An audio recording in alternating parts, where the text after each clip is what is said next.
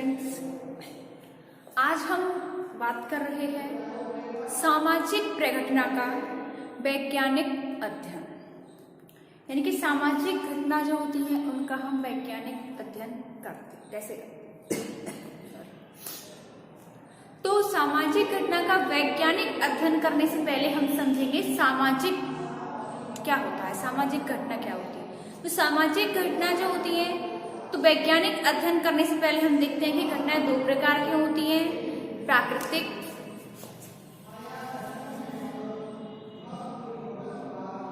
और सामाजिक।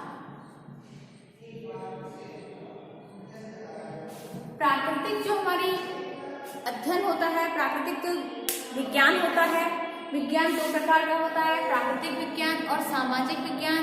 तो इससे पहले हम प्राकृतिक विज्ञान को देखते हैं। प्राकृतिक विज्ञान के अंतर्गत आते हैं हमारा वनस्पति विज्ञान है, जीव विज्ञान है, रसायन शास्त्र है। ये सभी जो आते हैं वो आते हैं हमारे प्राकृतिक विज्ञान के अंतर्गत। प्राकृतिक विज्ञान ये वैज्ञानिक तरीके से अध्ययन करता है। इसके पास भविष्यवाणी करने की क्षमता होती है, क्योंकि जो इसके जो मूल होते हैं वो सत्य होते हैं, स्थिर होते हैं। इसके पास अपनी प्रयोगशालाएं होती हैं। हेलो फ्रेंड्स, आज हम चर्चा करते हैं सामाजिक प्रघटना का वैज्ञानिक अध्ययन के बारे में। जो सामाजिक घटनाएं होती हैं ये दो प्रकार की होती हैं। सामाजिक घटनाएं कितने प्रकार की होती हैं? दो प्रकार की होती हैं, प्राकृतिक घटनाएं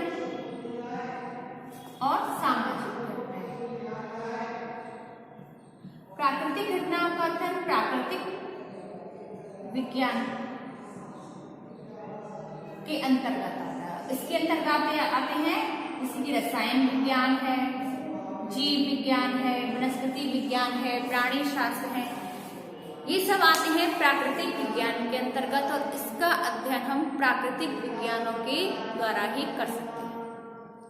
जो प्राकृतिक विज्ञान होती है, जो प्राकृतिक घटनाएं होती हैं ये स्थिर होती हैं, निश्चित होती हैं,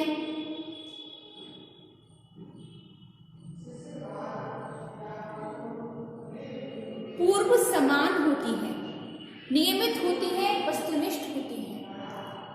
और जो वस्तुनिष्ठ होती है, निश्चित होती है, तो इनका अध्ययन करना सरल हो जाता है, क्योंकि ये बदल नहीं सकती। और जो प्राकृतिक जो विज्ञान होता है इनका वैज्ञानिक पद्धति से अध्ययन करता है, वैज्ञानिक अध्ययन करता है, जिसके कारण जो हमारे जो मनुष्य है उन्होंने प्राकृतिक विज्ञानों में काफी हद तक सफलता प्राप्त कर ली और ये सक्षम भी हुए। प्राकृतिक घटनाओं में जैसे कि रात और दिन कैसे होते हैं, मौसम कैसे बदलता है, धूप और छाया कैसे आती हैं, तो इस तरह से जो हमारे मानव हैं उन्होंने प्राकृतिक विज्ञानों में काफी ज्ञान अर्जित कर लिया है। ये प्राकृतिक विज्ञान के बारे में भविष्यवाणी करने की क्षमता रखते हैं। इसी के अंतर्गत आता है सामाजिक घटनाएं। सामाजिक घटनाएं जो होती हैं उनका अध्ययन हम सामाजिक वैज्ञानिक सामाजिक घटनाओं का अध्ययन हम सामाजिक अध्ययन के तरीके से करते हैं। सामाजिक अध्ययन को हमें वैज्ञानिक पद्धति के अंतर्गत अध्ययन करना है। परंतु सामाजिक जो घटनाएं होती हैं ये निश्चित नहीं होती, नियमित नहीं होती हैं, वस्तुनिष्ठ नहीं होती हैं, जिसके कारण इनका अध्ययन वैज्ञानिक तरीके से करना बहुत ही एक जटिल कार्य है। इसके पास समाजशास्त्र के पास अपनी कोई प्रयोगशाला नहीं है। जो प्रयोगशालाएं नहीं होंगी तो हम भविष्यवाणी करने में भी सफल नहीं होंगे। तो आगे बढ़ते हैं, अपनी वीडियो को स्टार्ट करते हैं। सामाजिक जो घटनाएं होती हैं उनका अध्ययन हम वैज्ञानिक तरीके से करते हैं। तो इसकी जो घटनाएं सामाजिक जो घटनाएं होती हैं इसकी प्रकृति के बारे में जानते हैं। सामाजिक घटनाओं की जटिलता, जो मनुष्य होता है उसकी जो प्रकृति होती है, स्वभाव होता है, बहुत ही अलग होता है।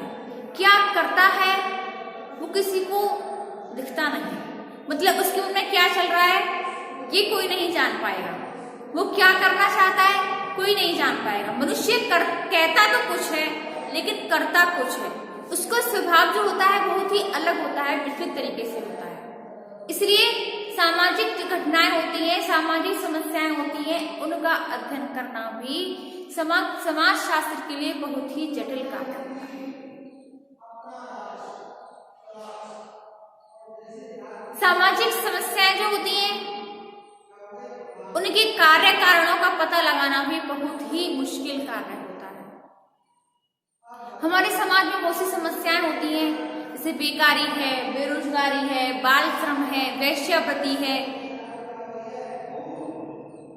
इस तरह के हमारे समाज में काफी समस्याएं होती हैं। तो इन तथ्यों का जो कार्य कारण संबंध होता है, हमें इन कार्य कारण संबंधों के बारे में जानना बहुत ही जटिल कार्य होता है।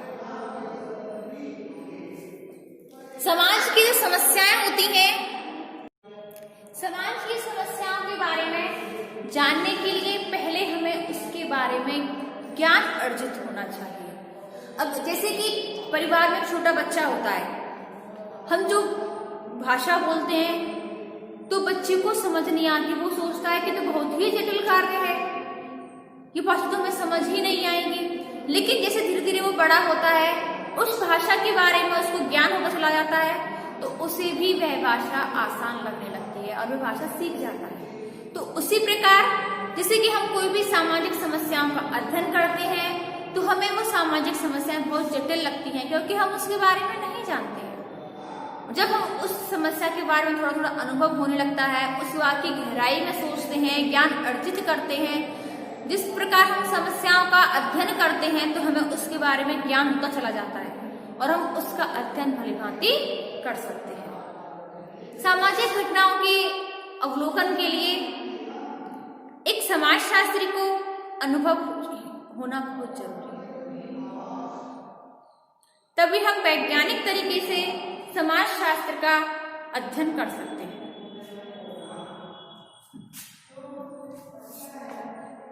दूसरी आती है गतिशील प्रकृति। जैसे कि आपको पता है मनुष्य एक गतिशील प्राणी है, हमेशा हलचल करता रहता है, गतिशील रहता है, गतिवान रहता है, एक जगह स्थिर नहीं रहता है। ऐसा ही प्रकृति यानी कि ऐसा ही उसका दिमाग है, मस्तिष्क है। क्या सोचता है, क्या करता है, क्या कहता है, क्या करता है, ये किसी को पता नहीं। मनुष्य के मस्तिष्क में क्या चल रहा है ये आसानी से हर कोई नहीं जान सकता। इसी प्रकार जो समाज की जो समस्याएं होती हैं, जो प्रकृति होती है, वो भी गतिशील होती हैं, गतिवान होती हैं। उनकी प्रकृति का पता लगाना बहुत ही जटिल कार्य है। समाज की समस्या बहुत ही गतिशील होती हैं।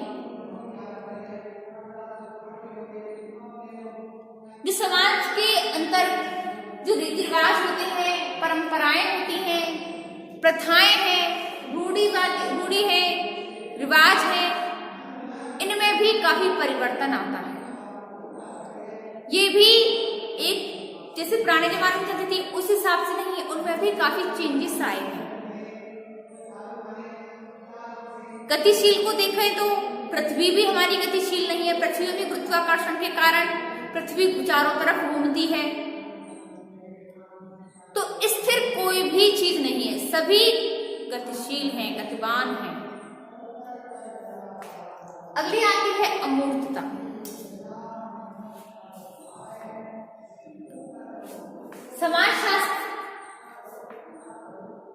समाजशास्त्रीय घटनाओं का वैज्ञानिक अध्ययन करने के लिए हमारी तीसरी प्रकृति है अमूर्तता। सामाजिक घटनाओं की विशेषता है अमूर्तता।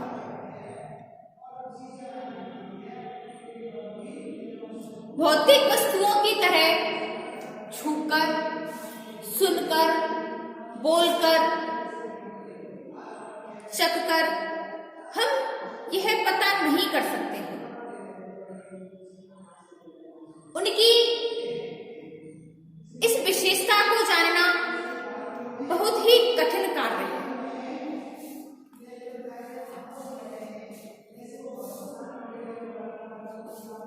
समाजशास्त्र की प्रकृति अमूर्त है। हम प्राकृतिक विज्ञानों का पता हम देखकर, सुनकर, अपनी इंद्रियों का प्रयोग करके आसानी से लगा सकते हैं, लेकिन जो सामाजिक जो घटनाएं होती हैं, इसकी जो भौतिक प्रकृति है वो अमूर्त है। इसकी विशेषता अमूर्त है। इसका पता हम आसानी से नहीं लगा सकते, इसलिए इसका अध्ययन करने में हमें काफी परेशानी होती है। अगला आता है एक रूपता का अभाव। एक रूपता का अभाव, जैसे कि आपको पता है मनुष्य की जो प्रकृति होती है वो एक से नहीं होती है, उसमें एक रूपता का अभाव होता है। जैसे कि हम धर्म को ही लें तो कोई हिंदू धर्म का है, तो कोई ईसाई धर्म का है, तो कोई मुस्लिम धर्म का है, कोई शाकाहारी है, कोई मांसाहारी, तो कोई सर्वाहारी है। उनमें एक रूपता का अभाव पाया जाता है। उनकी प्रकृति अलग अलग होती है, भिन्न तरीके से होती है। सभी का स्वभाव प्रकृति अलग अलग होती है, उनमें एक रूपता नहीं पाई जाती है। तो ऐसे में जब हम सामाजिक घटनाओं का अध्ययन करते हैं तो वो भ्रमित से हो जाते हैं। तुम्हें किस प्रकार से अध्ययन करना है, कैसे हम इस तरीके का अध्ययन करें। व्यक्तियों के विचार, उसके आदर्श, उसकी मनोवृत्ति, इसको जानना एक समाजशास्त्र के लिए बहुत ही कठिन कार्य हो जाता है, क्योंकि एक रूपता का अभाव होता है। उनमें एक रूपता का अभाव पाया जाता है। व्यक्ति अलग अलग तरीके से सामाजिक घटनाओं का अध्ययन करता है। सामाजिक घटनाएं व्यक्ति के संबंध, व्यक्ति के व्यवहार, उद्देश्यों सभी को प्रभावित करती हैं। सभी में असमानताएं पाई जाती हैं, उनमें एक रूपता कोई में नहीं रहती।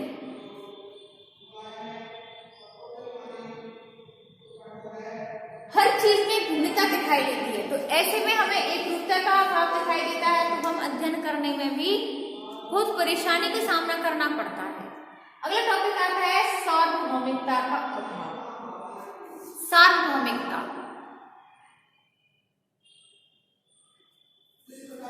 इसको देखते हैं।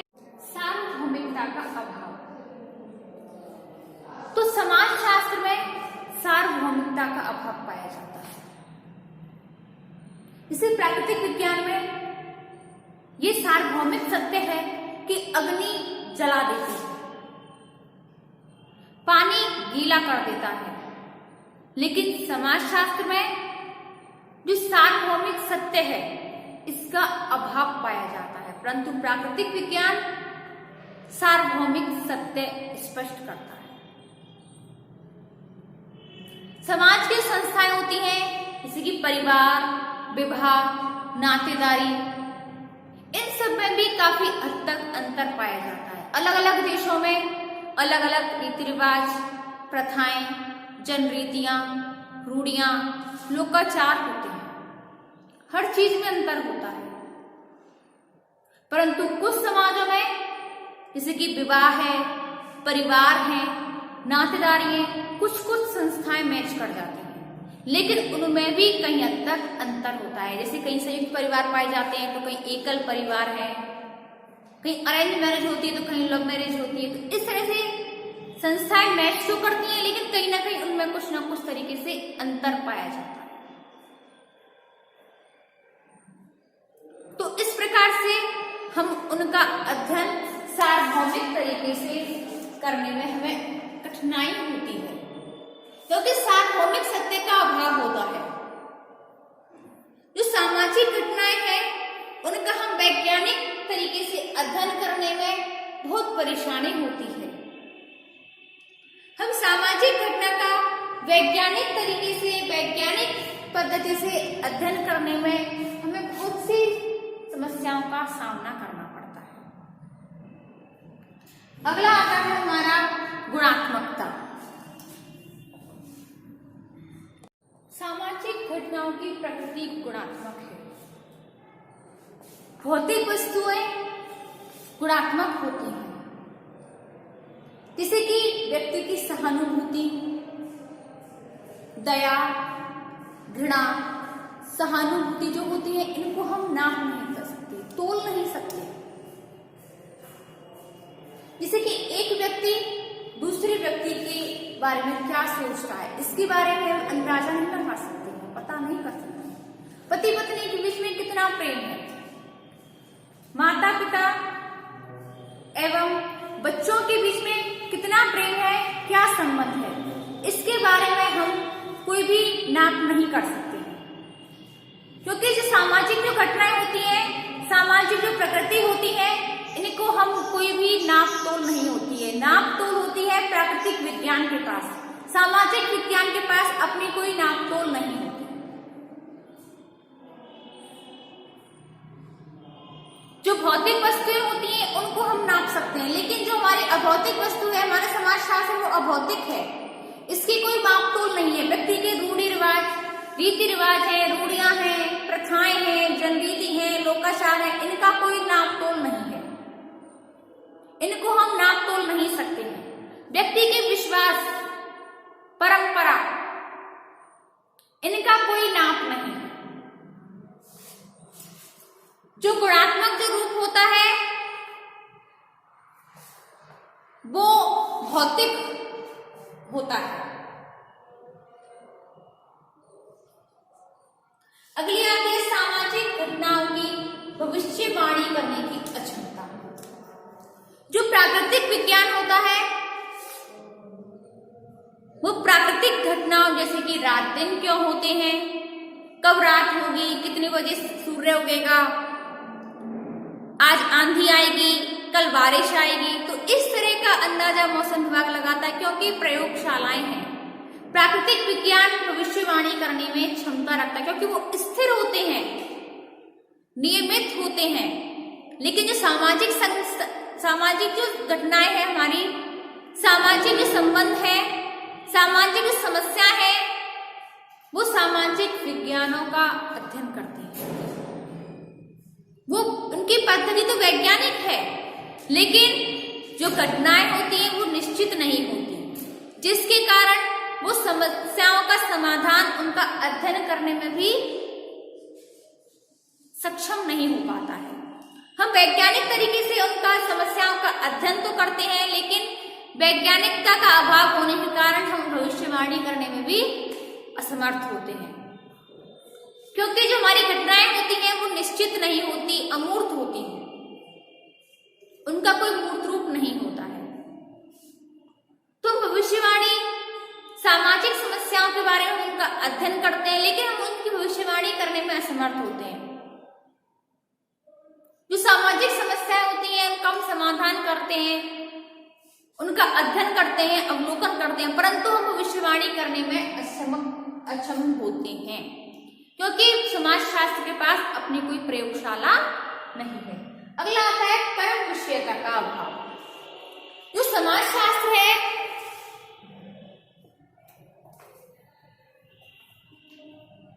समाज शास्त्र के अंतर्गत व्यक्ति का व्यवहार कैसा करेगा यह कोई नहीं जान सकता है।